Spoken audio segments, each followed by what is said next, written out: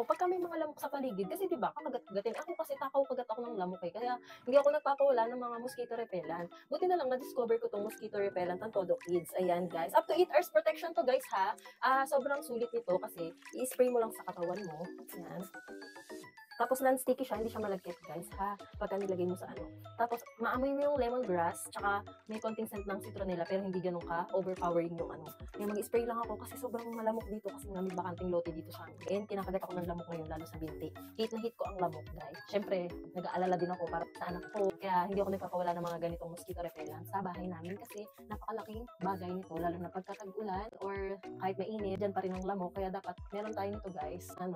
Super recommended ko to sa inyo guys kasi ayan, ako na-test ko na to na tumatagal talaga siya and umiiwas talaga yung mga lamok once na nag-spray ako ng ganito. So nakakatawa kasi hindi siya malagkit. Tapos hindi overpowering yung smell niya. Tapos magkano lang siya. Tapos tatagal lang yun guys. So tingnan mo, pwede travel friendly din siya.